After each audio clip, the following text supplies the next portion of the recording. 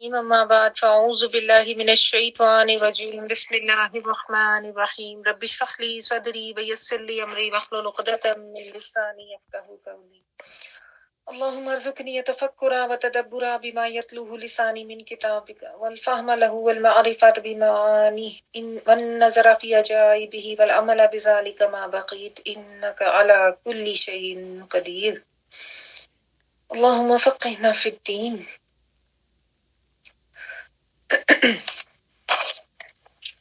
جی سورۃ التوبہ آیت نمبر 108 سے آنورڈز آج ہم نے سٹارٹ کرنا ہے. جو لاسٹ ویک ہم نے آیات کی تھی آیت نمبر 101 سے 107 تک، اس کا تھوڑا سا ہم ایک خلاصہ دیکھ لیتے ہیں پھر آگے چلتے ہیں.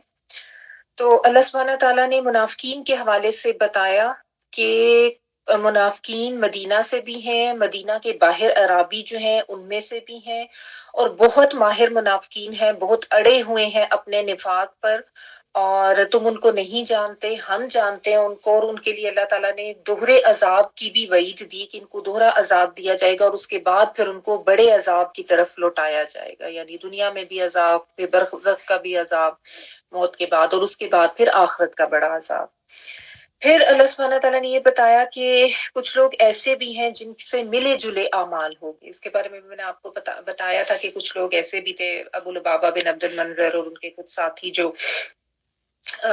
بغیر کسی وجہ کے نہیں جا سکے تھے، اور پھر جب نبی صلی اللہ علیہ وآلہ وسلم واپس آئے اور ان کو اپنی غلطی کا احساس تھا، اور انہوں نے یہ آیات بھی سنی جو منافقین کے حوالے سے نازل ہو رہی تھی، تو انہوں نے اپنے آپ کو ستونوں سے باندھ دیا کہ جب تک نبی صلی اللہ علیہ وآلہ وسلم نہیں کھولیں گے وہ وہیں پہ رہیں گے. اور پھر وہ وہیں پہ بندھے رہے، اور بھوک پیاس کی شدت سے پھر وہ گر بھی گئے وہاں پہ بے ہوش ہو کے.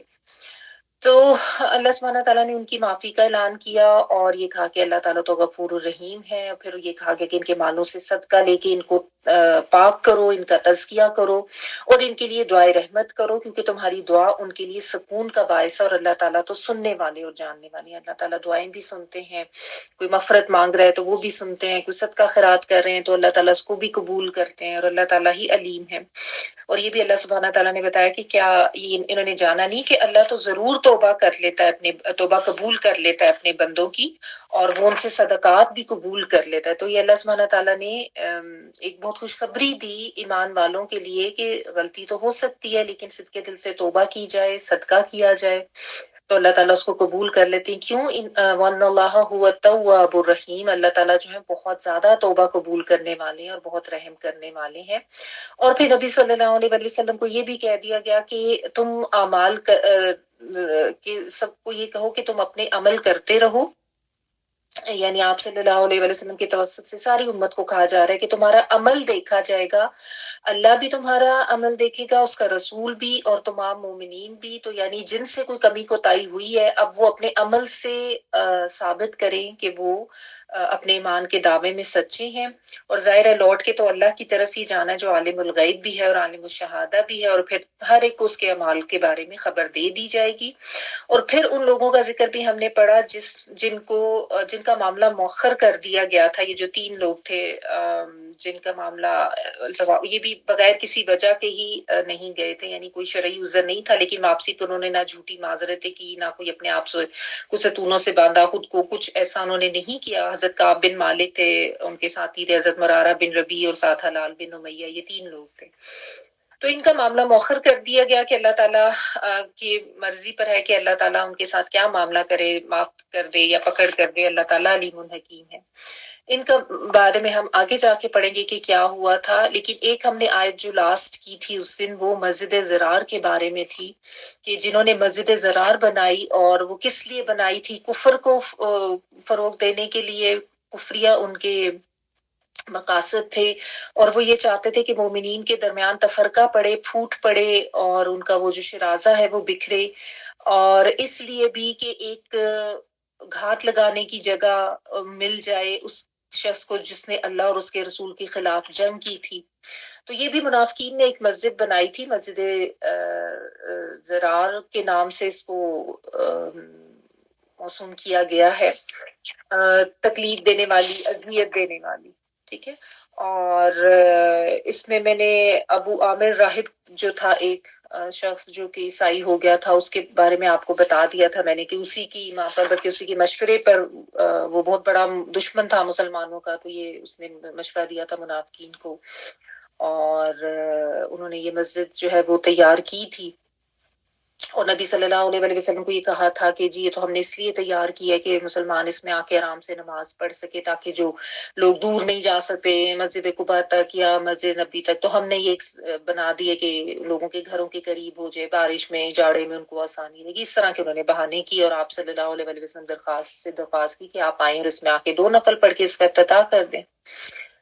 بیسیکلی ان کی نیت تو یہی تھی کہ اس کے اندر بیٹھ کے وہ اپنی سازشیں کریں، اور یعنی لبادہ انہوں نے دین کا اوڑا کہ دین کے پردے میں اپنے آپ کو لپیٹ کے چھپ کر مسلمانوں کے ہی خلاف وہ سازشیں کرنا چاہتے تھے۔ نبی صلی اللہ علیہ وسلم اس وقت تبوک پر جانے کے لیے بالکل ریڈی تھے، تو آپ صلی اللہ علیہ وسلم نے منع کر دیا کہ ابھی تو میں نہیں یہ کر سکتا، یہاں پہ آ سکتا، بعد میں دیکھوں گا۔ بعد میں آپ صلی اللہ علیہ وسلم کو اللہ تعالیٰ نے بتا دیا کہ یہ مسجد کس مقصد سے تیار کی گئی ہے اور کیا سازشیں ہیں اس کے پیچھے، اور آپ صلی اللہ علیہ وسلم کو منع کر دیا گیا۔ تو پھر یہ ہوا کہ آپ نے صحابہ کرام کو بھیجا اور اس مسجد کو جو ہے وہ مسمار کرا دیا تھا، اور بلکہ جلا بھی دیا تھا، ختم کر دی گئی تھی۔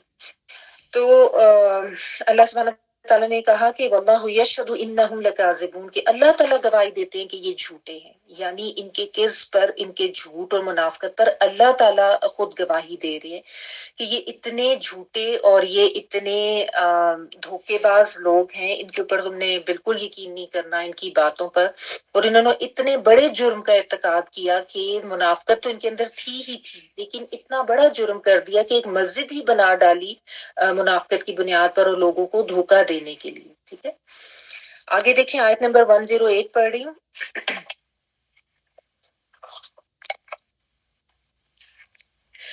لا تقم فيه ابدا لمسجد اسس على التقوى من اول يوم احق ان تقوم فيه رجال يحبون ان يتطهروا والله يحب المطهرين۔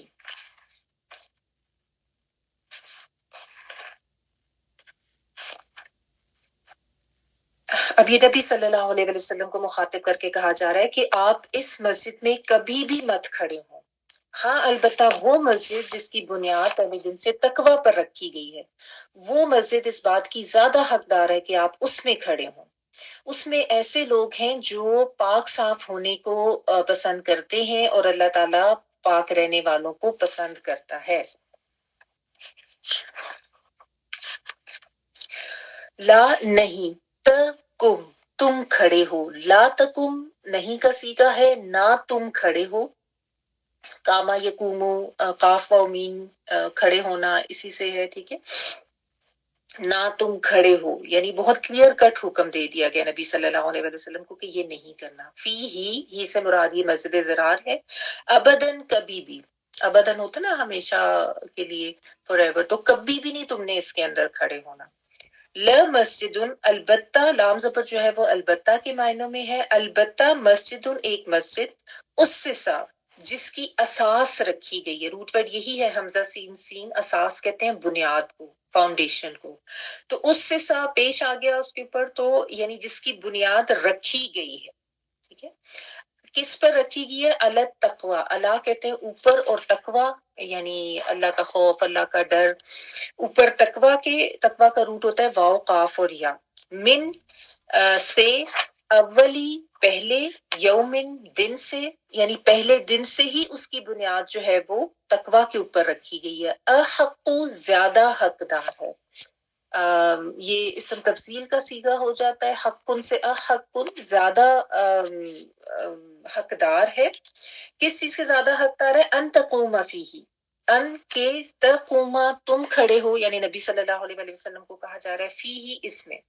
یعنی آپ صلی اللہ علیہ وسلم کو کہا جا رہا ہے کہ وہ مسجد جس کی بنیاد تقوی پہ رکھی گئی ہے وہ زیادہ حقدار ہے کہ آپ اس میں کھڑے ہو، اس میں نہ کھڑے ہو آپ۔ فیہ اس میں، رجال کچھ لوگ ہیں، رجل کی جمع ہے جو کہ مرد کے لیے آتا ہے، تو رجال کچھ لوگ ہیں، یحبون وہ حب رکھتے ہیں. یا تعین والا وہ کے معنوں میں، اور ہا بابا حب، ہا بابا اس کا روٹ ورڈ ہے، اور حب جو ہے یہ محبت کو کہتے ہیں. ٹھیک ہے، تو یحبونا واو نون جو ہے وہ پلورل کے لیے آ رہا ہے. وہ محبت کرتے ہیں یا وہ پسند کرتے ہیں، پسند کہتے ہیں آپ لکھتے ہیں. ان یہ کہ یتطہروا کہ وہ پاکی اختیار کرے. ان جو ہے کے معنوں میں، یتطہروا یا وہ کے معنوں میں، اور طہارت جو ہے توئیں ہا را طہارت کا آپ کو مطلب ہے، آپ کو مطلب پتہ ہی ہے پاکیزگی. اور تطہیر یعنی بیچ میں تا جو آ رہی ہے نا وہ سوری باب کی تا آ رہی ہے. ٹھیک ہے، یتطہروا وہ پاکی اختیار کریں. ٹھیک ہے، پاکی کا اہتمام کریں.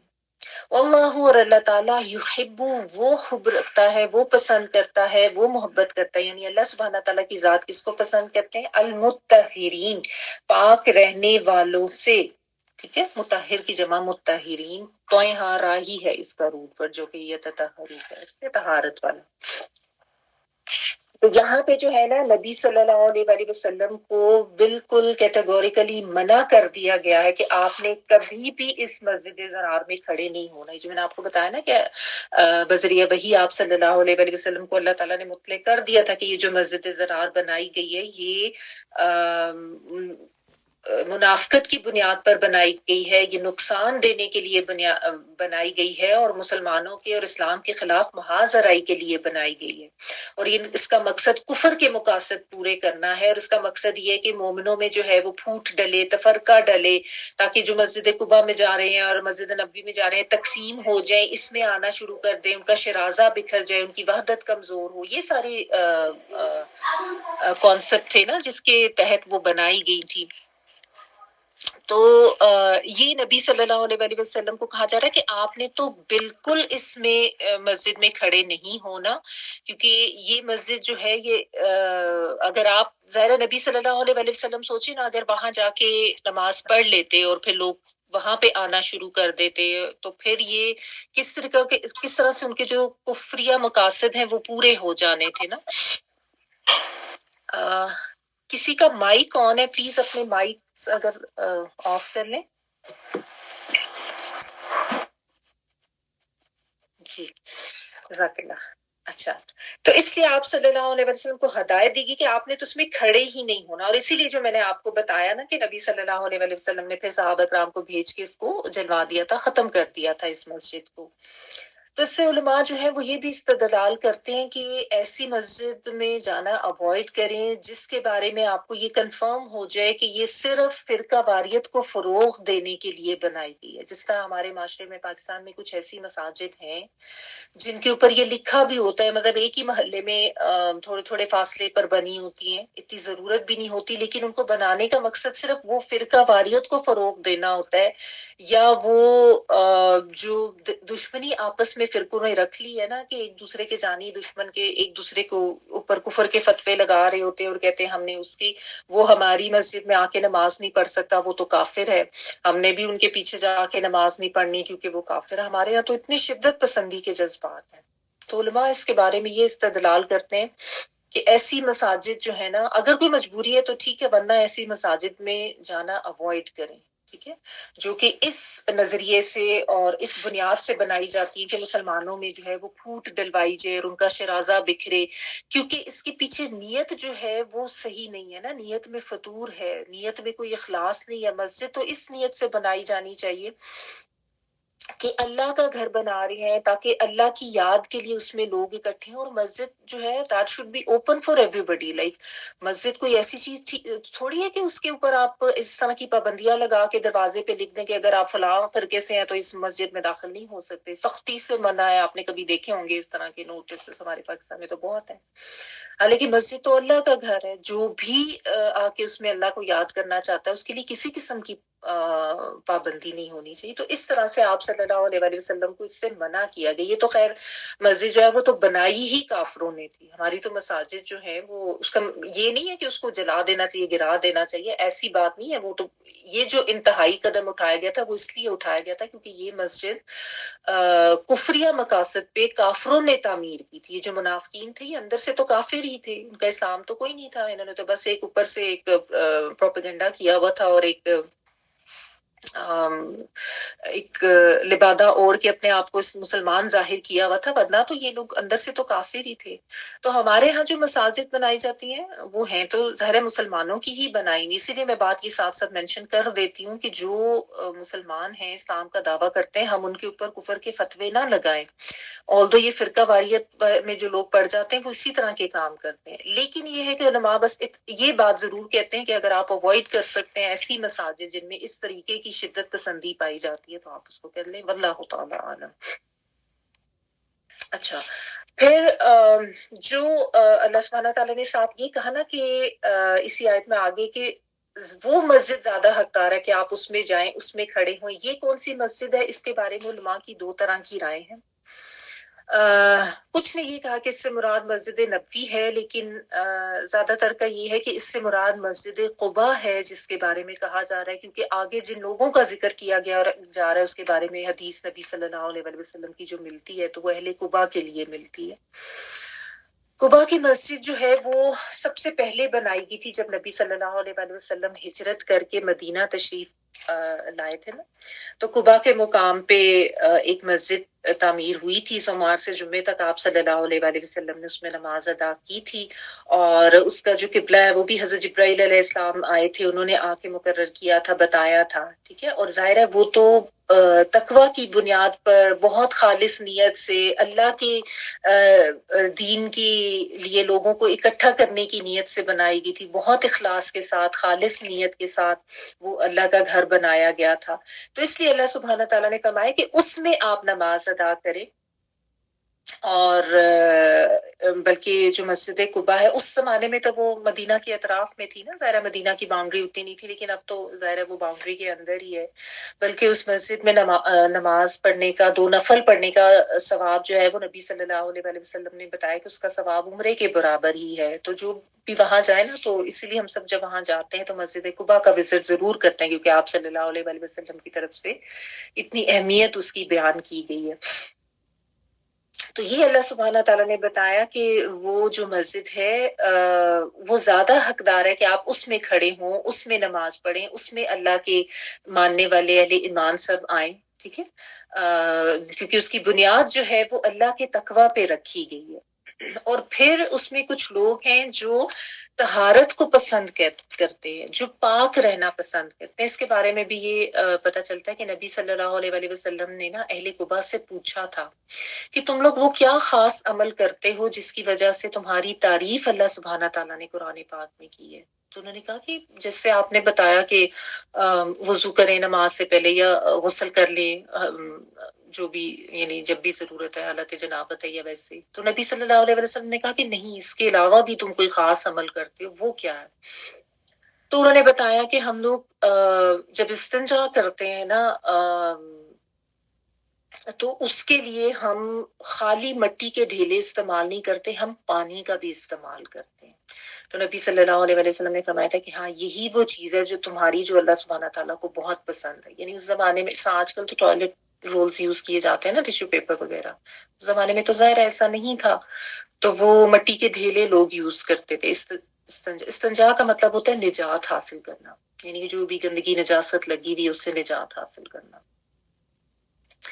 تو وہ جو رفع حاجت کے بعد نا پانی کا استعمال کرتے تھے. تو آپ صلی اللہ علیہ وسلم نے ان کی تعریف بھی کی، ان کو کہا کہ اللہ سبحانہ تعالیٰ کو تمہاری یہ بات بہت پسند ہے کہ تم اتنا زیادہ پاکی کا اہتمام کرتے ہو.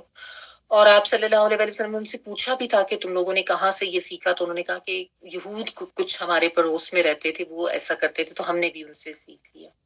اب آپ اس چیز کو ذہن میں رکھیں کہ وہاں پہ اس زمانے میں پانی جو ہے وہ ایک آپ کہہ لیں کہ بہت بڑی بات ہوتی تھی، کیونکہ ظاہر صحرائی علاقہ تھا، پانی کی اتنی وافر مقدار میں نہیں ہوتا تھا، لیکن وہ پھر بھی اس چیز کا اہتمام کرتے تھے. بہرحال یہ اللہ سبحانہ تعالیٰ نے یہاں پہ خاص طور پر اس چیز کو مینشن کیا، اور ساتھ یہ بھی کہا واللہ یحب المطہرین، اللہ تعالیٰ پاک رہنے والوں کو پسند کرتے ہیں. یہ بہت بڑی بات ہے اگر ہم اس کو سمجھنے کی کوشش کریں نا.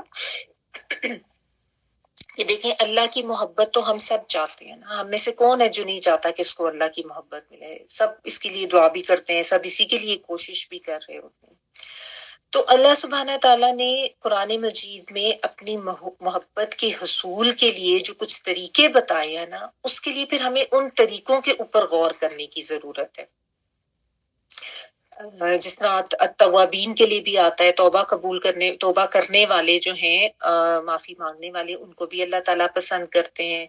اور اللہ تعالیٰ یعنی یہاں پہ بتا دیا کہ اللہ تعالیٰ پاک رہنے والوں کو پسند کرتے ہیں. تو اس کا مطلب یہ ہے کہ ہمیں بہت زیادہ اس چیز کے اوپر خاص خیال رکھنا چاہیے اپنی پاکی کا، اور اس چیز کے بارے میں بہت زیادہ کانشیس ہو کے رہنے کی ضرورت ہے کہ ہمارا جسم جو ہے اس پہ کوئی نجاست، کوئی گندگی نہ رہے، اور کسی قسم کی بھی جو ہے وہ جیسے اسمیل وغیرہ آنا ہوتا ہے نا، بعض لوگ ہوتے ہیں وہ اس چیز کا اتنا خیال نہیں کرتے، اور جیسا پسینہ آ گیا دے ڈونٹ کیئر، جیسا بلکہ بالخصوص جب بچے جب ایڈولسنٹ میں ہوتے ہیں، یعنی ایسی ایج میں ہوتے ہیں، گروئنگ ایج میں ہوتے ہیں، ہارمونل چینجز ان کی باڈی میں آ رہی ہوتی ہیں نا، تو ایسے میں پھر پیرنٹس کا یہ کام ہے کہ آپ ان کو اس چیز پہ کانشیس کریں. اور ویسے بھی ہر ایک کو یہ چاہیے، بلکہ لازم تو یہ کیا گیا at least once a week تو ضرور کرنا چاہیے، شاور جو ہے وہ ضرور لینا چاہیے. اور اس میں پھر جمعے کی زیادہ امپورٹنس بھی بتا دی گئی ہے، لیکن ہر روز لے سکتے ہیں تو زیادہ اچھی بات ہے، نہیں تو چلیں جتنا بھی ہے. بس اپنے بارے میں یہ ایک احساس ضرور رہنا چاہیے کہ پاکی ہونی چاہیے، کسی قسم کی نجاست نہیں ہونی چاہیے. اور جیسا آپ نے وہ بھی سنا ہے واقعہ کہ نبی صلی اللہ علیہ وآلہ وسلم ایک دفعہ 2 قبروں کے پاس سے گزرے، اور آپ صلی اللہ علیہ وآلہ وسلم کو احساس ہو گیا کہ ان کے اندر جو لوگ ہیں مدفون، ان کو عذاب ہو رہا ہے. تو آپ صلی اللہ علیہ وآلہ وسلم نے ان کے لیے دعا کی. ایک وہ جو ہے درخت کی شاخ تھی ہری سی، وہ وہاں پہ لے کے لگائی، اور فرمایا کہ اس میں ایک جو شخص ہے وہ پیشاب کے چھینٹوں سے اپنے آپ کو نہیں بچاتا تھا، اور دوسرا جو ہے وہ چغلی غیبت وغیرہ کرتا تھا. تو ان 2 چیزوں کو آپ صلی اللہ علیہ وآلہ وسلم نے منشن کیا کہ اس کی وجہ سے عذاب ہو رہا تھا. پھر آپ نے دعا کی اور فرمایا کہ جب تک یہ شاخ ہری رہے گی تو اللہ تعالیٰ کے عذاب سے یہ محفوظ رہیں گے. تو یعنی ایک جو ہے نا اس میں شخص وہ ظاہری نجاست میں تھا، اور دوسرا جو ہے وہ باطنی نجاست میں تھا. تو اس سے یہ پتہ چلتا ہے کہ یہ جو طہارت ہے نا وہ ظاہری بھی ہونی چاہیے، یعنی جسمانی بھی، اور باطنی بھی ہونی چاہیے، یعنی جو ویسے نظر نہیں آ رہی ہوتی، لیکن جس سے مراد دل کی، دماغ کی، سوچوں کی، نیتوں کی پاکی ہے. یعنی نیتیں، دماغ اور دل میں جو جو خیالات ہیں وہ سب بھی پاک ہونے چاہیے. کیونکہ دیکھیں دل میں جب یہ نجاستیں آ جاتی ہیں نا، حسد آ گیا، بغض آ گیا، کینہ اور دشمنی، یا ظلم کرنا، یا شرک کرنا، یہ ساری چیزیں تو یہ بھی گندگی اور نجاست ہی ہیں. ان سے بھی دلوں کو پاک کرنے کی ضرورت ہے. اور اسی لیے تزکیہ کا جو عمل ہے نا، اس کی بھی اہمیت بار بار بیان کی جاتی ہے کہ ان چیزوں کو نکالا جائے اور پاکی حاصل کی جائے. ٹھیک ہے. تو جو لوگ اپنی جسمانی طہارت کا بھی اہتمام کرتے ہیں، اور جسمانی طہارت میں دیکھیں ہمارے دین نے کتنا اچھا طریقہ بتا دیا کہ نماز فرض کر دی گئی، اور اس کے ساتھ وضو جو ہے وہ بھی فرض قرار دے دیا گیا. اب ہر نماز سے پہلے وضو کریں، بہت اچھی بات ہے. اس کا مطلب ہر دفعہ وضو کرنے سے نیکیاں ملتی ہیں، ثواب ملتا ہے، بھی ہم پہلے بھی اس کو ڈسکس کر چکے ہیں.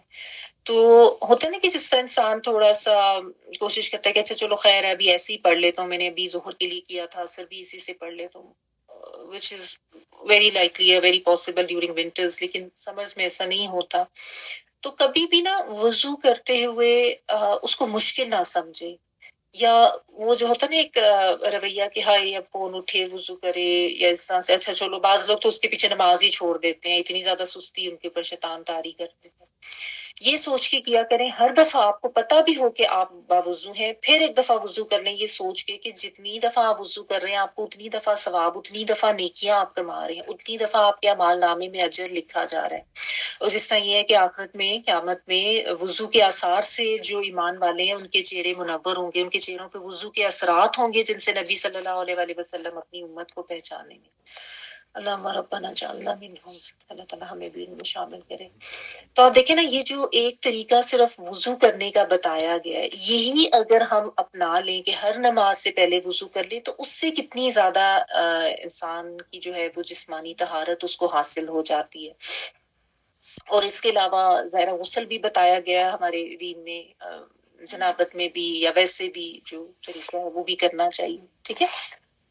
تو یہ ایک تو ظاہری کانسیپٹ ہے اس کا طہارت کا۔ اچھا، اس میں پھر آپ یہ بھی ذہن میں رکھیں، بالخصوص ان ممالک میں رہتے ہوئے، جیسا آپ لوگوں نے بھی نوٹ کیا ہوگا کہ ہمارے لیے تو یہ ضروری ہے کہ ہم پانی ضرور استعمال کریں، اس سے طہارت کریں، لیکن بعض لوگ جو ہے نا، چونکہ یہاں پہ یہ آسانی نہیں ہے، جب آپ مالز میں جاتے ہیں، باہر کہیں جا رہے ہیں، ٹریول کر رہے ہیں، تو وہاں پہ جو واش رومس ہوتے ہیں وہاں پہ ظاہر ہے وہ مسلم شاورز وغیرہ کا کانسیپٹ نہیں ہے، اور نہ کوئی کنٹینر ایسا ہوتا ہے جس کو آپ یوز کر سکیں۔ تو اس کے لیے اکثر لوگ اس میں وہ اتنے زیادہ ریلیکس ہو جاتے ہیں کہ وہ بھی، جیسا یہاں کے لوگ جو ہیں وہ لوگ گورے وغیرہ وہ ٹیشو پیپر یوز کرتے ہیں، تو لوگ خود ہی وہ یوز کر لیتے ہیں، مسلمان بھی، اور کہتے ہیں کہ بس ٹھیک ہے، اور بچوں کو بھی اسی پہ لگا دیتے ہیں۔ لیکن اس کے بارے میں نا کانشیس ہونے کی ضرورت ہے۔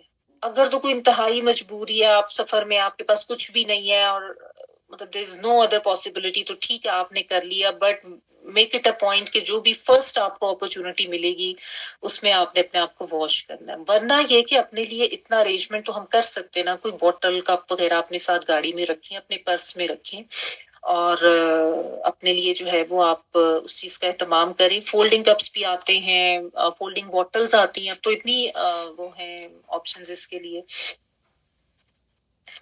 بلکہ پورٹیبل مسلم شاورز بھی ہیں، آپ امیزون پہ چیک کریں، بچوں نے رکھے ہوئے ہیں، کیونکہ ظاہر آپ جابس وغیرہ پہ یہاں پہ بچے جاتے ہیں تو وہ بھی بہت اچھے ہیں، باقاعدہ اس میں شاور ٹائپ ہوتا ہے۔ تو اس چیز کا اہتمام خود بھی کریں اور اپنے بچوں کو بھی اس کے بارے میں کانشیس کریں۔ جو لوگ چھوٹے عمر سے بچوں کو پانی سے واش کرنے کی عادت ڈال دیتے ہیں نا، یہ مطلب نجاست دور کرنے کے لیے، تو وہ پھر بچے بھی اتنی عادی ہو جاتے ہیں کہ وہ پھر خود کہتے ہیں کہ اب وہ کرنا ضروری ہے، واش کرنا ضروری ہے۔ ان کو بھی اچھا نہیں لگتا کہ اگر خالی ٹیشو یوز کیا جائے، لیکن بعض لوگ جو بہت ہی ریلیکس ہو جاتے ہیں اپنے لحاظ سے بھی، وہ بچوں کو بھی ویسی عادت ڈال دیتے ہیں۔ تو یہ نہیں کرنا۔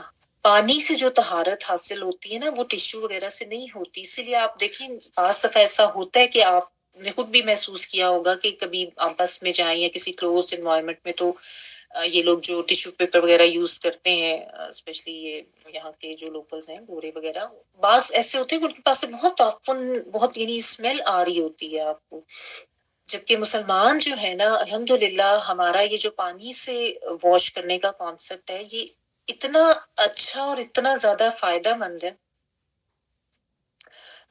میری بیٹی ہے، اس کی فرینڈز ہیں، ظاہر یہاں پہ ہر طرح کے کلچر کے فرینڈز ہیں، تو وہ بھی گوری ہے بچی، آتی ہے گھر میں، تو وہ جب شروع میں آئی and she saw the Muslim shower in our house, تو اس نے اس کو اتنا اپریشیٹ کیا، مطلب اس نے آ کے میری بیٹی کو بتایا کہ یہ تو اتنا کول طریقہ ہے، مطلب آئی ریلی لائکڈ اٹ، اور مجھے تو اس سے بڑا اچھا لگا ہے۔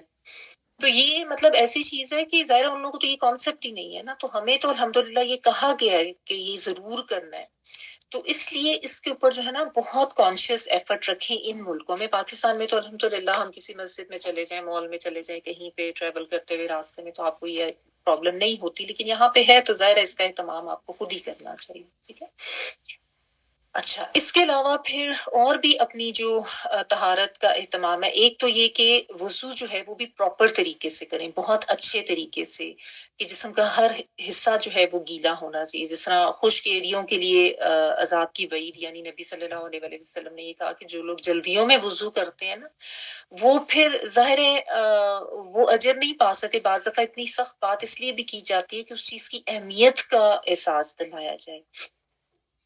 تو جو یہ منافقین ہوتے تھے نا، ان کے لیے تو نماز پڑھنی بہت ہی مشکل ہوتی تھی، تو ان کے لیے تو وہ وضو کرنا اور یہ تمام کرنا، تو یہ تو اسی طرح کرتے تھے کہ لگے بندے اور برے دل کے ساتھ، اور جلدی جلدی بس وہ کیا اور ٹکرے مار کے نماز پڑھی، تو پھر اس لیے اتنی سخت وعید بتا دی جاتی تھی۔ لیکن اس کا مطلب یہ ہے کہ انسان کو اس کے بارے میں کانشیس ہونا چاہیے کہ میں نے وضو جو ہے وہ سر سے اتارنے کے لیے نہیں کرنا، اس طریقے سے کرنا ہے کہ پراپر طریقے سے تمام اعضاء گیلے ہونے چاہیے۔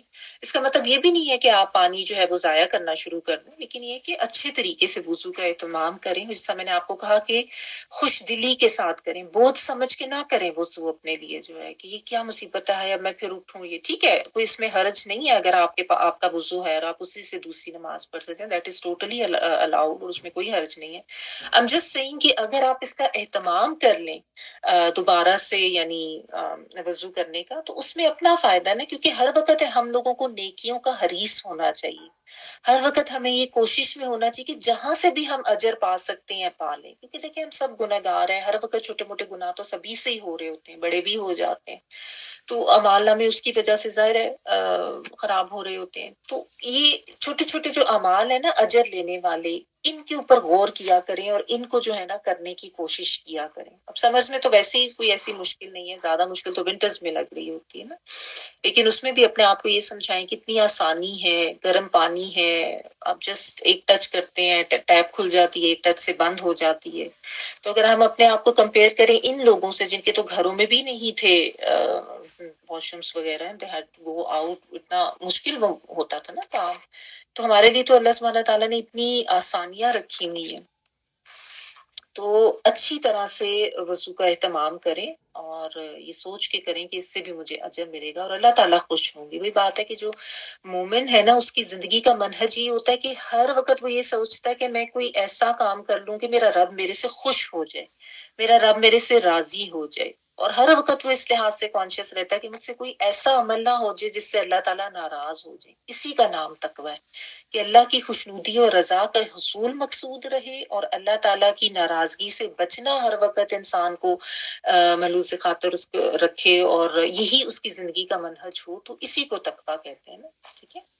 اور بلکہ یہ بھی ہے کہ بعض دفعہ ایسے ہو نا کہ جس سے آپ کو لگ رہا ہے کہ آپ بار بار نماز بھول جاتے ہیں، یا پتہ نہیں کتنی رکھتے تھے کتنے سجدے تھے، تو اس میں بھی یہ ہے کہ یہ سوچ لیا کریں کہ ایسا تو نہیں کہ میری طہارت میں کمی ہے، تو اپنے آپ کو چیک کریں کہ کتنے دن ہو گئے ہیں میں نے شاور نہیں لیا، یا جس طرح جو ایک انڈر آرمز ہیئرز ہیں ان کو صاف کرنا، نیلز کٹ کرنا، کیونکہ اس کے بارے میں ہمیں کہا گیا ہے کہ 40 دن سے پہلے یہ کرنا چاہیے، کیونکہ ظاہر ہے پھر گندگی ہوتی ہے، پسینہ ہوتا ہے، اور پھر انسان جو ہے وہ اس کے پاس سے اسمیل بھی آتی ہے، دوسروں کے لیے بھی اذیت کا باعث بنتا ہے۔ کیونکہ ایک واقعہ ایسا ملتا ہے کہ آپ صلی اللہ علیہ وسلم نے نماز پڑھانی شروع کی اور سورۃ روم کی آپ تلاوت کر رہے تھے، تو آپ اس میں کچھ بھولنے لگے، سورت یعنی آپ صلی اللہ علیہ وسلم پڑھ نہیں پا رہے تھے، جس طرح ہوتا ہے نا بیچ میں آپ تھوڑا سا وقفہ یا اٹک جاتے ہیں۔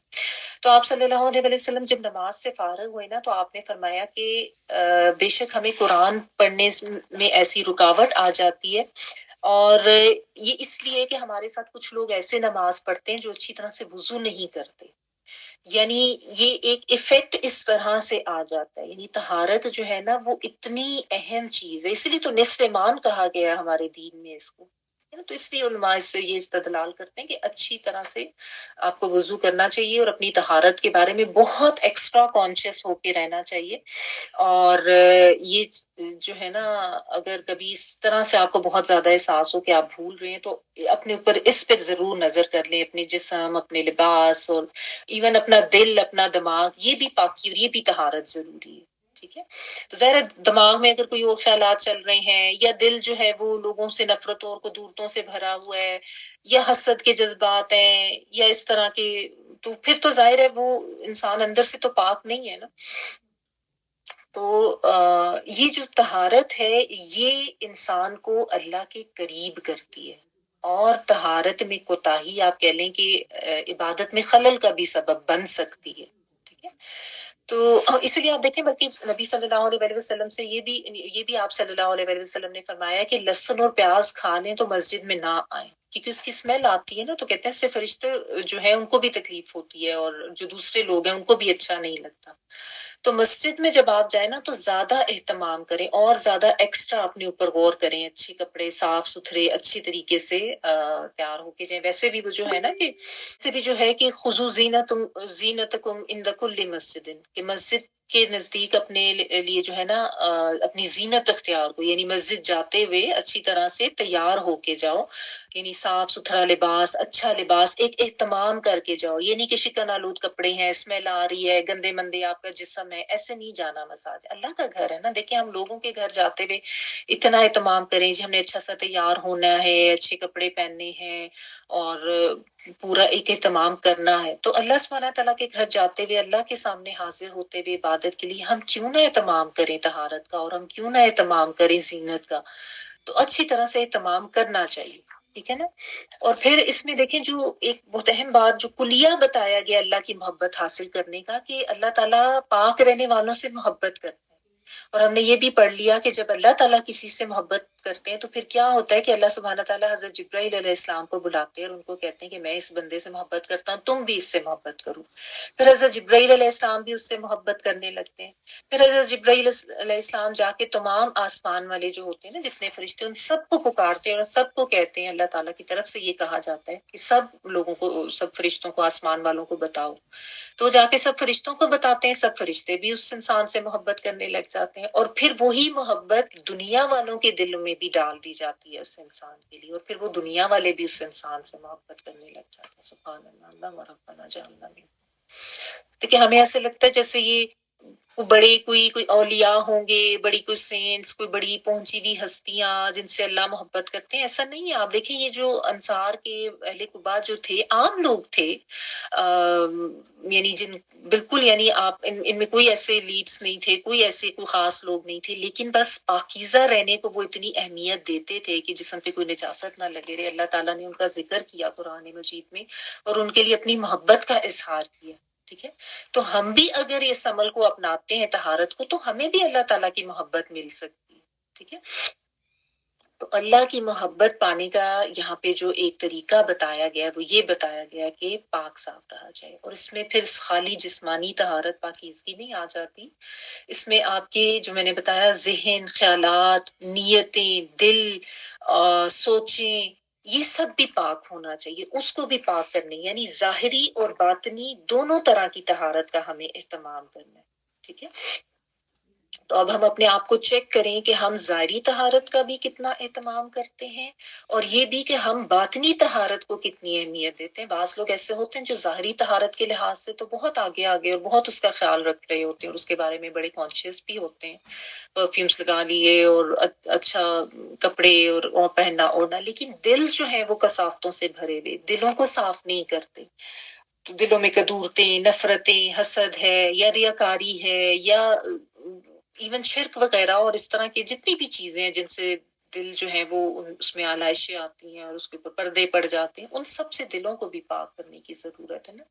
تو اپنے دلوں سے حسد کو نکالیں، نفرتوں کو نکالیں، اور برے خیالات، بری سوچیں، اور ایون نیتیں بھی اگر بری ہوں گی تو یہ بھی تو ایک طرح کی نجاست ہی ہے نا. یعنی آپ کر تو کوئی نیک کام رہے ہیں، کوئی صدقہ خیرات کر رہے ہیں، کوئی آپ جیسے کوئی مالی امداد، کوئی زکوٰۃ وغیرہ ادا کریں، لیکن اس کے پس پردہ اگر آپ کی نیت جو ہے وہ اس طرح کی ہے کہ فلاں جو ہے وہ میرے سے بڑا امپریس ہو جائے یا فلاں جو ہے وہ میرے سے بڑا خوش ہو جائے، تو اس کا تو کوئی فائدہ نہیں نا، نیت ہی خراب ہوگی. تو یہ ساری طرح کی طہارت جو ہے وہ ہمیں حاصل کرنے کی ضرورت ہے. ٹھیک ہے. تو ایسے لوگوں سے اللہ تعالیٰ جو ہے وہ محبت کرتے ہیں، ایسے لوگوں کو اللہ تعالیٰ جو ہے وہ پسند کرتے ہیں. اچھا آگے دیکھیں، اگلی آیت پڑھی ہوں. افمن اسس بنیانہ علی تقوی من اللہ ورضوان خیر ام من اسس بنیانہ علی شفا جرف ہار فانہار به فی نار جہنم واللہ لا یہدی القوم الظالمین. بھلا کیا وہ شخص بہتر ہے جس نے اپنی عمارت کی بنیاد اللہ کے خوف اور تقوی پر اور اس کی خوشنودی پر اٹھائی ہو، یا وہ شخص جس نے اپنی عمارت کی بنیاد ایک ٹیلے کے کسی گرتے ہوئے کنارے پر رکھی ہو اور پھر وہ اسے لے کر جہنم کی آگ میں جا گرے. اور اللہ تعالیٰ ایسے ظالم لوگوں کو ہدایت نہیں دیتا. افمن کیا بھلا جو جو ہے حمزہ زبر، یہ میں نے آپ کو بتایا کہ کیا کے معنوں میں بھی ہوتا ہے، جس طرح عربی میں جو حروف ہوتے ہیں نا ان کا بھی مطلب ہوتا ہے. تو یہ حرف استفہام ہے، کیا، من، جو یا جس نے، اسسا، الف سین سین یہی روٹ ورڈ ہے، بنیاد رکھی، اساس رکھی، بنیانہ، بنیان جو ہے با نون اور یا، یہ بیسیکلی تعمیر کرنا، بنا جو ہے نا عمارت بنانا، تعمیر کرنا، اس سے ہے.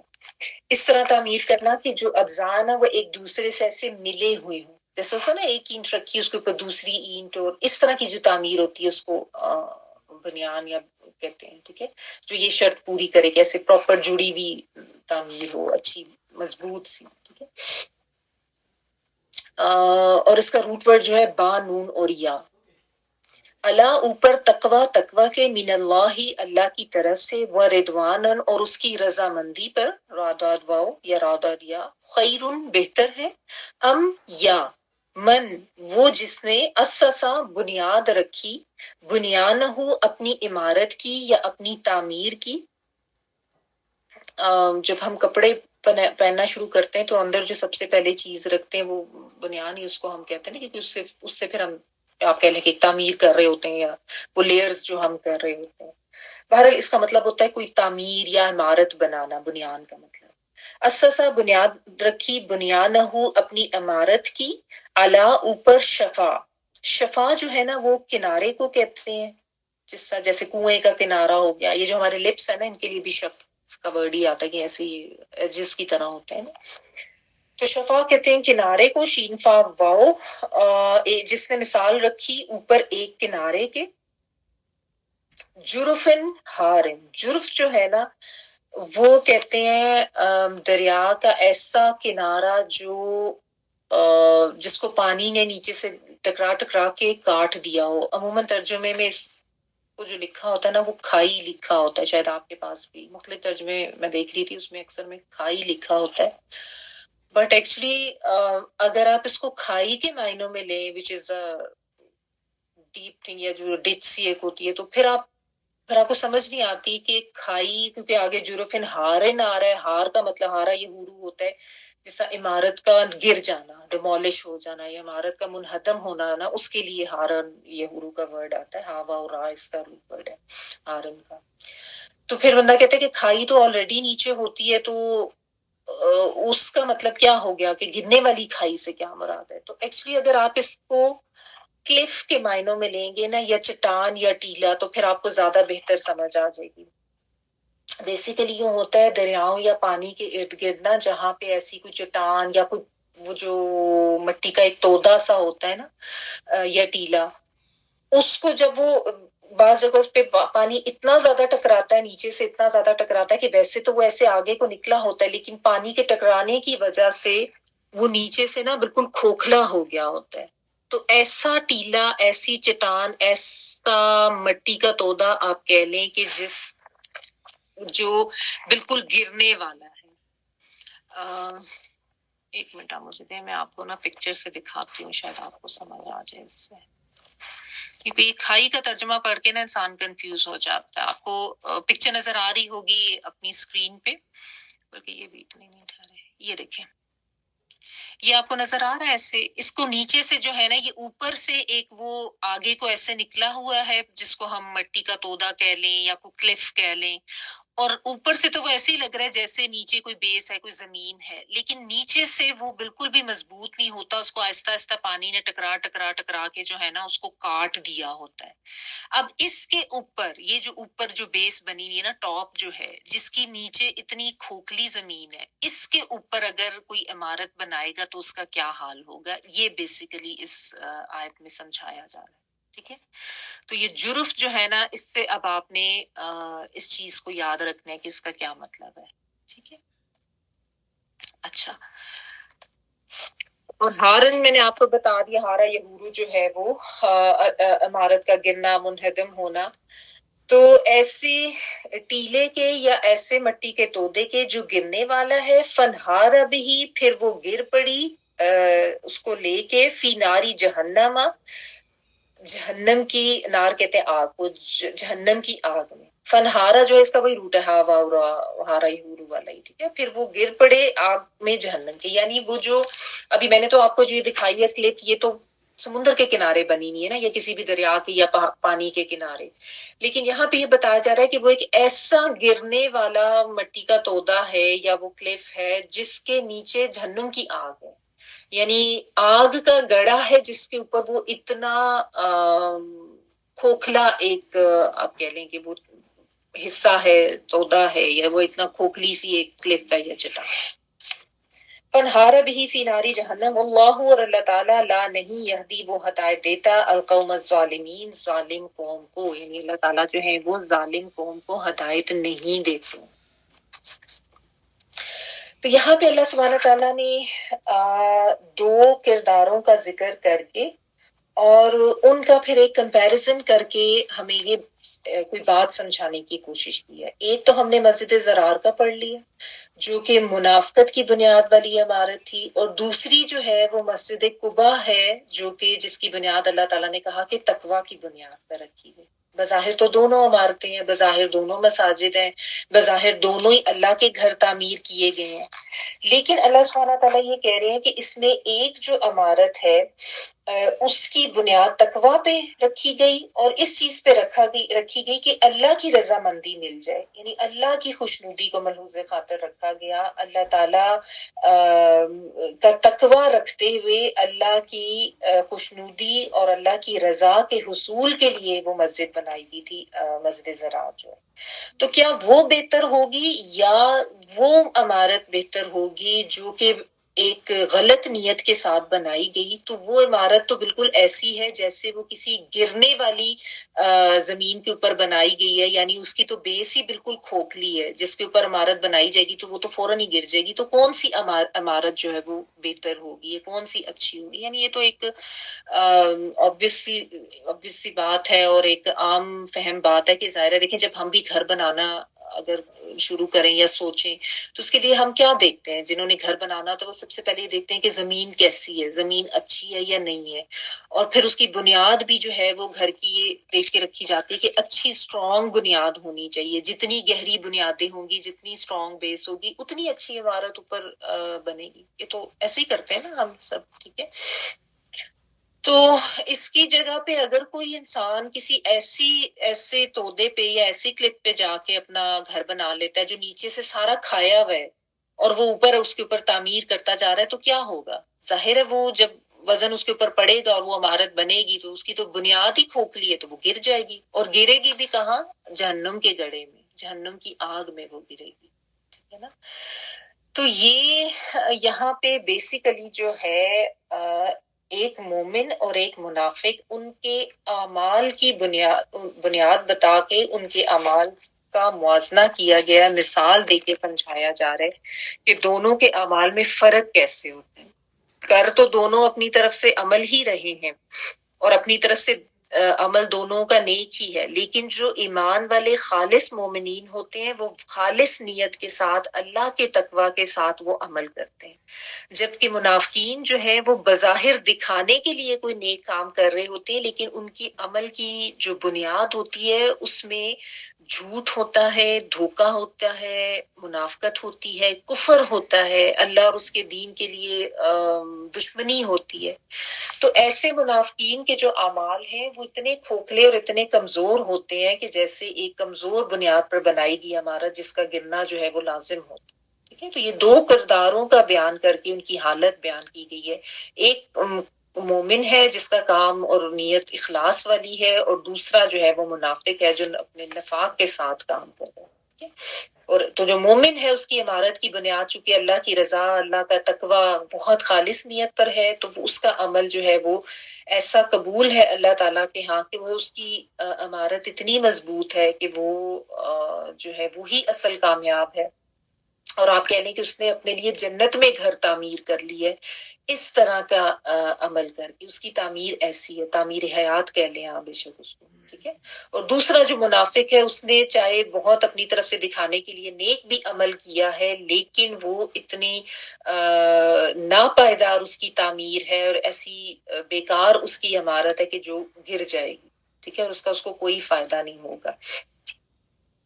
تو یہ یہاں پہ سمجھایا گیا۔ اور پھر یہ بھی کہ اللہ سبحانہ تعالیٰ جو ہے ظالم قوم کو ہدایت نہیں دیتے۔ یہاں پہ ظالم سے مراد یہی منافقین ہے جو فتنے کی نیت میں ہر وقت رہتے تھے اور فتنے کی تلاش میں، اور لوگ مسلمانوں کو دھوکا اور ان کے ساتھ دشمنی کرنے کے لیے کام کرتے تھے، ٹھیک ہے۔ تو ایسے لوگوں کو اللہ تعالیٰ نے پھر ہدایت نہیں دینی، یہ اللہ سبحانہ تعالیٰ نے یہاں پہ بتایا کہ اللہ کی رضا اور اللہ کے تقوی کے تحت جو عمل کرے گا اس کے عمل کو ثبات ہے۔ اس کے علاوہ اللہ کی اور اس کے رسول کے خلاف یا اللہ کے دین سے نفرت رکھتے ہوئے اوپر سے اگر کوئی دھوکہ دینے کے لیے یا ریاکاری کے لیے کوئی عمل کرے گا تو اس کی عمارت کمزور اور اس کا عمل بھی بیکار ہے، ٹھیک ہے۔ یہ کیونکہ عمل تو سارے ہی کرتے ہیں نا، لیکن دیکھا یہ جاتا ہے کہ اس عمل کی بنیاد کیا ہے، اس کے پیچھے سوچ کیا ہے، اس کے پیچھے نیتیں کیا ہیں، ٹھیک ہے نا۔ تو یہ چیز یہاں پہ سمجھنے کی ہے کہ مومن جب عمل کرتا ہے نا تو وہ تو ایک ایک چیز کے بارے میں بہت کانشیس رہتا ہے، وہ سوچ کیا رہا ہے، وہ عمل کیا کر رہا ہے، وہ نیتیں کیا ہیں اس کی، اور اس کی نظر جو ہے وہ ہمیشہ آخرت پر ہوتی ہے۔ جبکہ منافق جو ہے وہ تو بس دنیا دار انسان ہوتا ہے، دنیا کی خواہشات رکھتا ہے اور انہی خواہشات کو پورا کرنے کے لیے وہ اپنی ہر طرح کے اعمال کرتا ہے، ٹھیک ہے نا۔ تو جن کی نیتیں خراب ہوں ان کو یہاں پہ پھر القوم الظالمین کہا گیا ہے نا، کہ جو دھوکہ بازی کرنے والے ہوتے ہیں، اوپر سے کچھ نظر آتے ہیں، اندر سے کچھ ہوتے ہیں، دوسروں کو نقصان دینے کی کوشش کرتے ہیں۔ تو اب یہاں پہ یہی ہے نا کہ ہم اپنے آپ کو چیک کریں کہ ہمارے جو اعمال ہیں ان کی بنیاد کیا ہے۔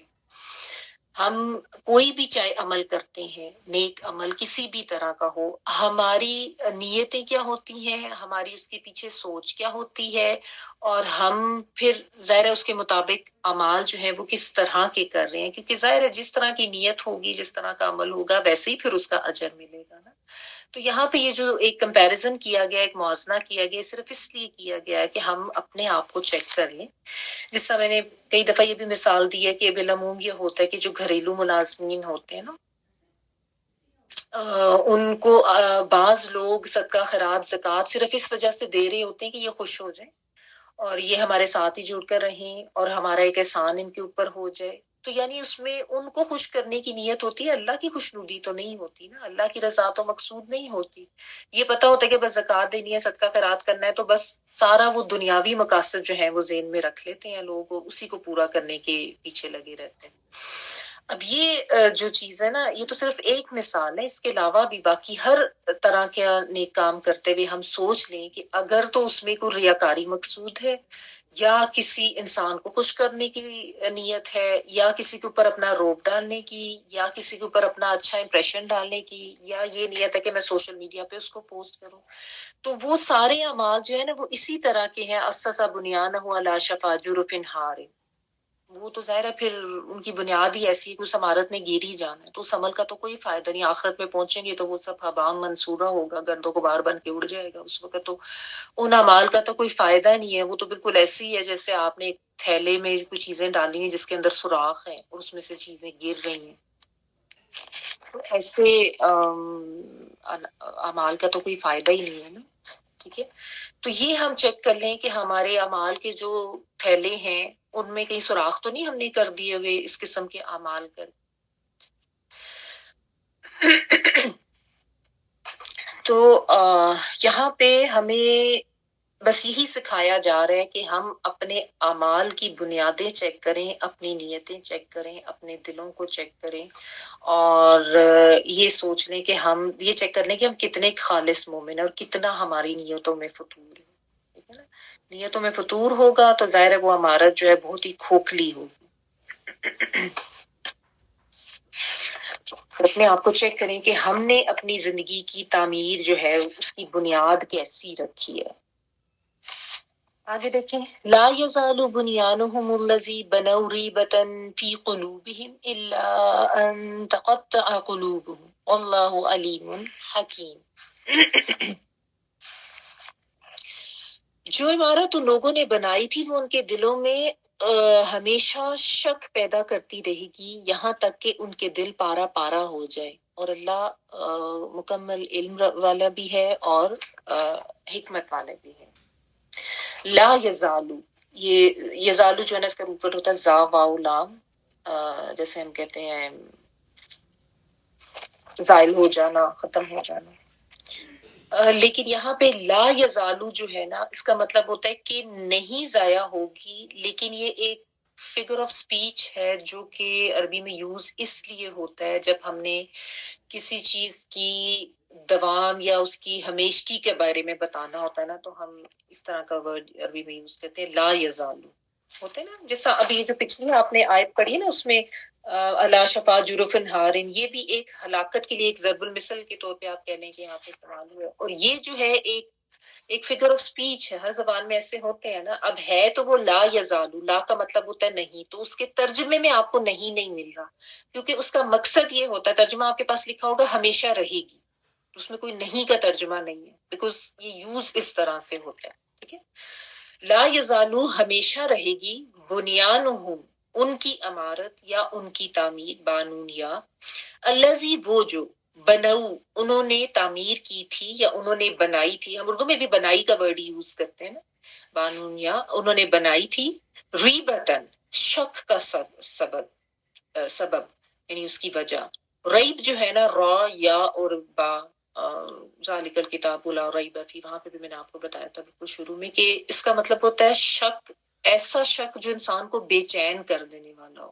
ٹھیک ہے، جس سے اس کو سکون نہ ملتا. ریبتن بے چین کرنے والے شک کا سبب مطلب ہم ظاہر ترجمے کے لیے خود ساتھ کر رہے ہیں.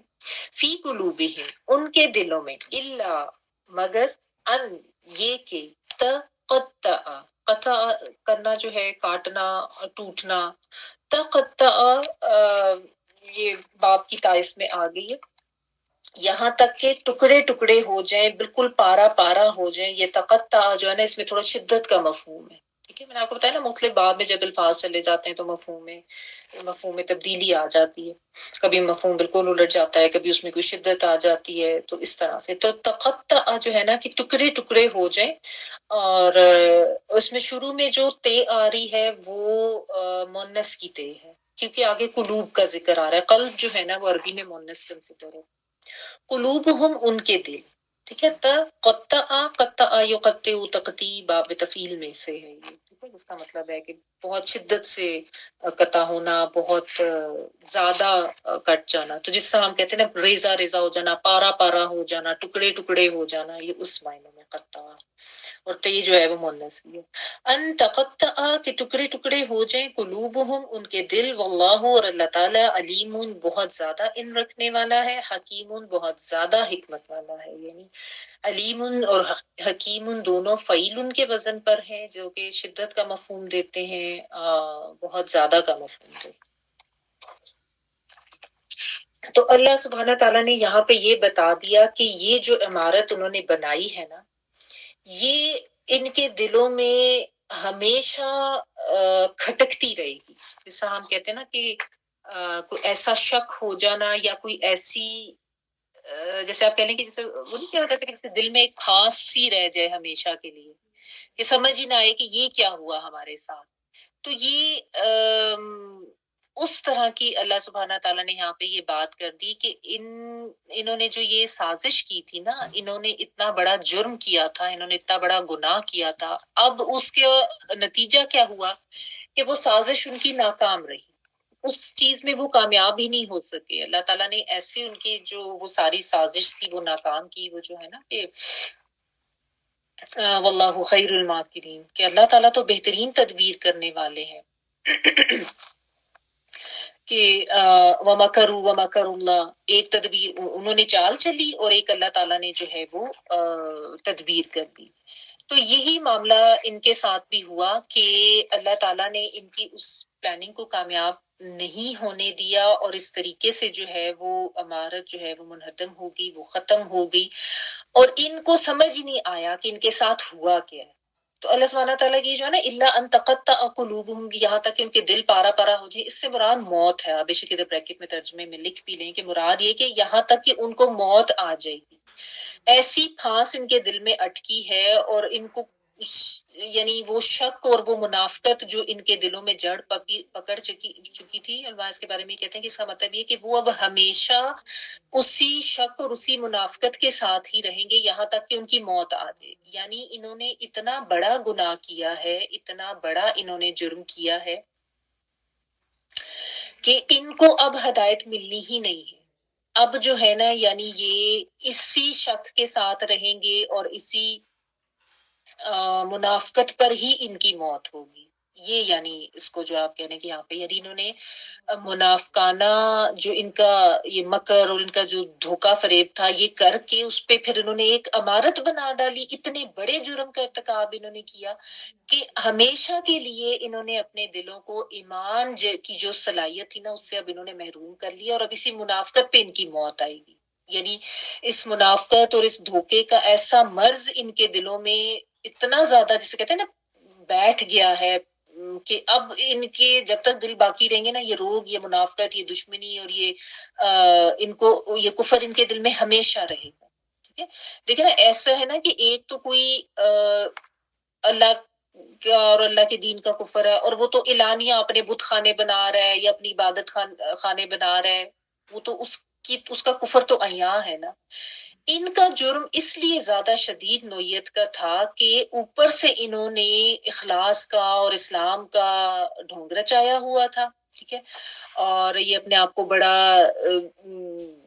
دین کا دوست اور دین والوں کا دوست قرار دیتے تھے، اس قسم کی باتیں کرتے تھے. اور یہاں تک کہ انہوں نے ایک عمارت تعمیر کر لی مسجد. اب یہاں پہ دیکھیں اللہ تعالیٰ نے مسجد کا ورڈ بھی نہیں یوز کیا، بنیانہم، پہلے تو مسجد زرار کہا، لیکن چونکہ وہ اصل میں مسجد تو وہ ہوتی ہے نا سجدہ گاہ جو اللہ کی آگے سجدہ کرنے کے لیے خالص نیت سے بنائی جاتی. یہاں پہ اللہ تعالیٰ نے بنیانہم، ان کی عمارت، کیونکہ وہ تھی ہی جھوٹ پر مبنی ساری ایک عمارت تھی جو تعمیر کی گئی تھی. تو اس طرح کا جو ان کا جرم تھا کہ یعنی جھوٹ کے لیے اور کفر کے مقاصد کے لیے انہوں نے مسجد بنا ڈالی، اتنا بڑا انہوں نے فریب دیا.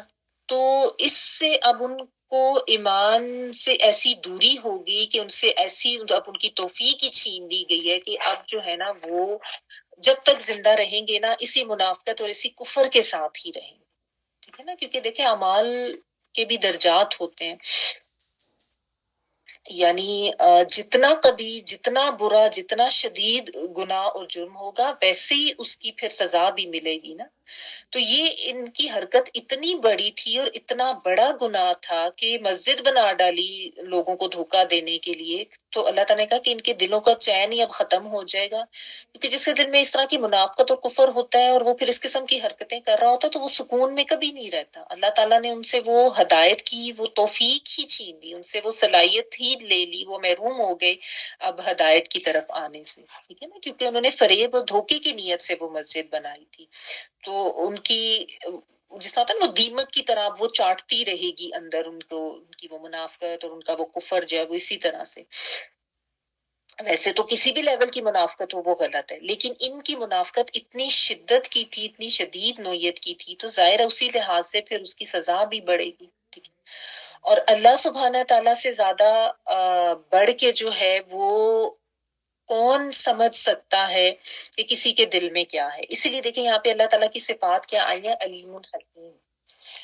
یعنی میں آپ کو کہتی ہوں نا جب آیت کے اینڈ پہ جو صفات آتی ہیں اللہ سبحانہ تعالیٰ کی، ان کا تعلق ہوتا ہے اس بات سے جو بیان کی جا رہی ہوتی ہے. تو اللہ سبحانہ تعالیٰ سے زیادہ بڑھ کے تو حکیم کوئی نہیں، اور اللہ سبحانہ تعالیٰ سے بڑھ کے کوئی نہ حکیم ہے نہ علیم ہے. اللہ تعالیٰ کا علم ایسا علم تام ہے کہ اللہ تعالیٰ کو تو اپنے علم سے پتا تھا. تو ایسے جو یعنی منافقین تھے یہ سمجھتے تھے کہ شاید یہ اللہ کو بھی دھوکہ دے دیں گے، کیونکہ وہ تو مانتے ہی نہیں تھے نا نبی صلی اللہ علیہ وسلم کو، نہ ان کے ایسے کوئی کانسیپٹ تھے کہ کچھ ایسا بھی ہو سکتا ہے. لیکن اللہ تعالیٰ علیم الحکیم ہے، اللہ تعالیٰ کو علم تھا، اللہ تعالیٰ نے اپنے نبی کو انفارم کیا اور وہ مسجد جو تھی وہ ختم کر دی گئی.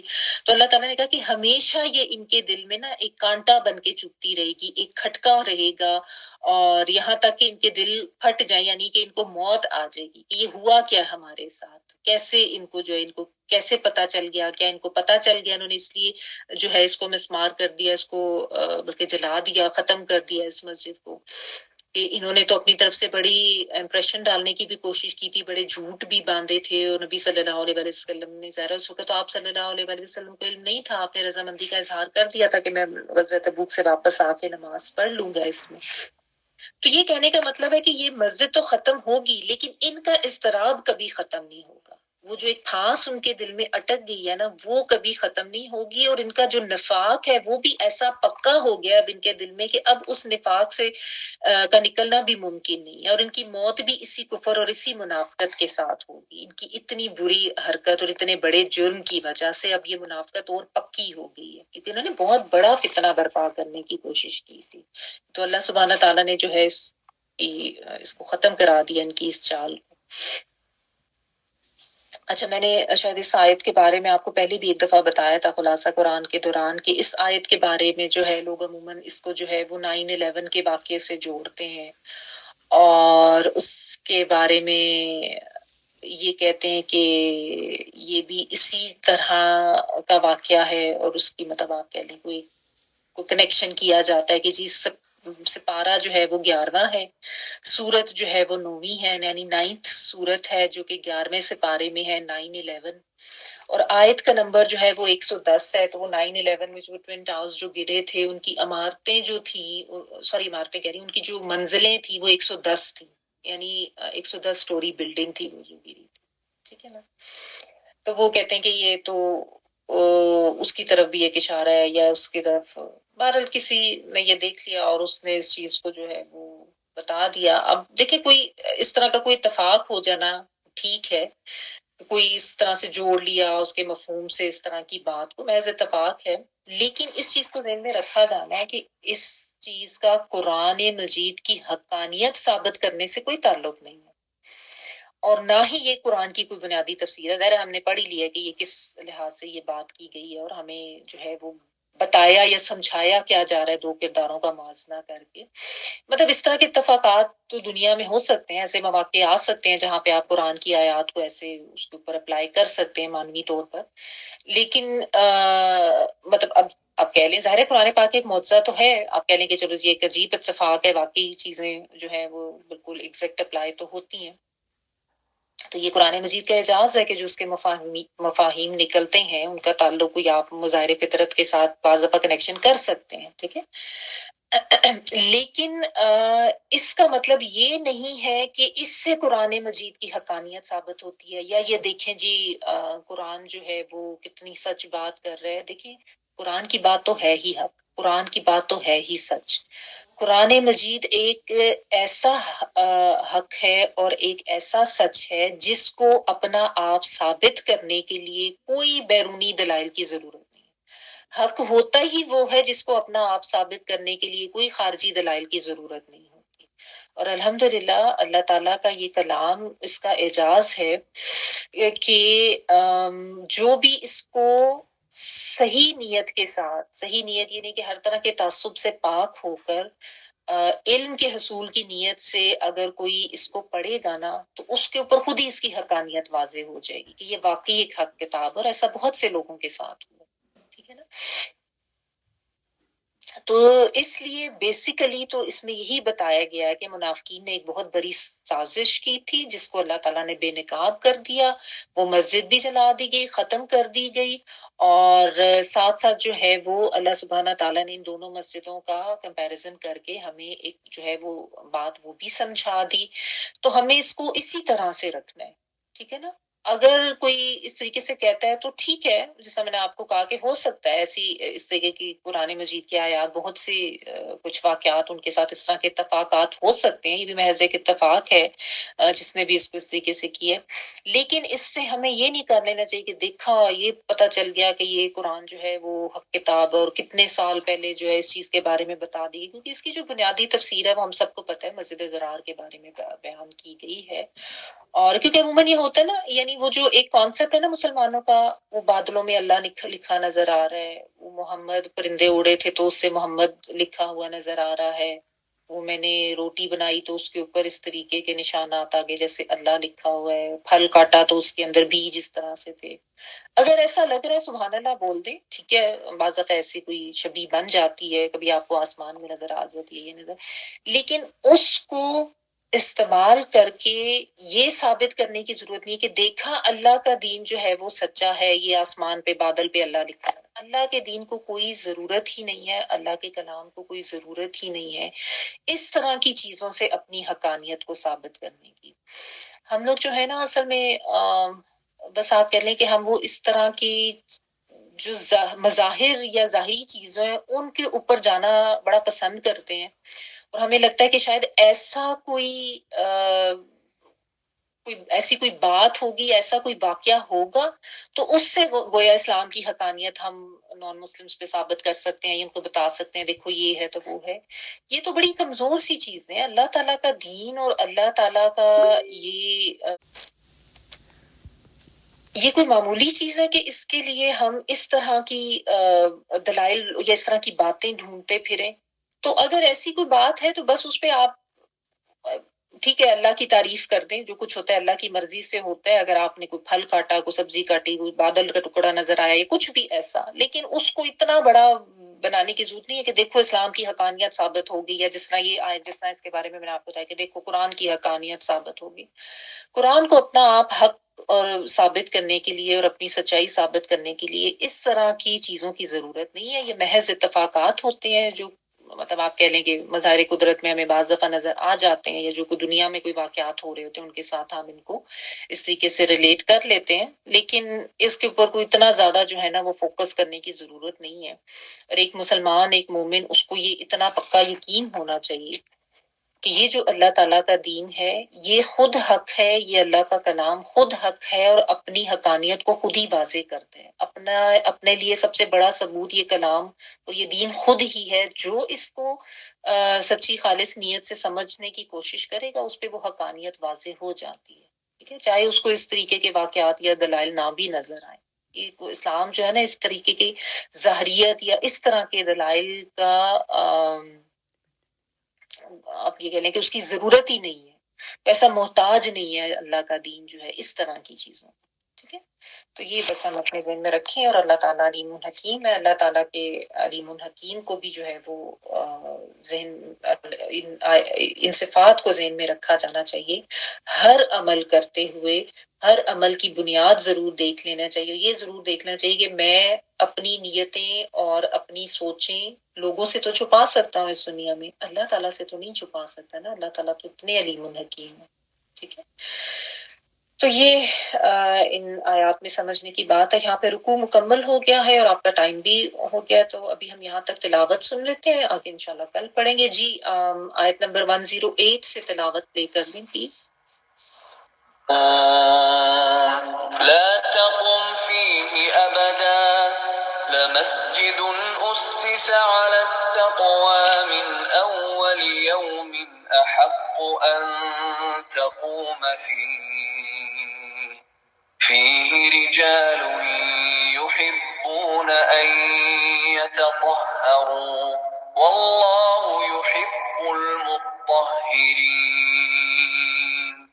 أفمن أسس بنيانه على تقوى من الله ورضوان خير أم من أسس بنيانه على شفا جرف هار فانهار به في نار جهنم والله لا يهدي القوم الظالمين. لا يزال بنيانهم الذي بنوا ريبة في قلوبهم إلا أن تقطع قلوبهم والله عليم حكيم. آخر دعوانا الحمدللہ رب العالمین.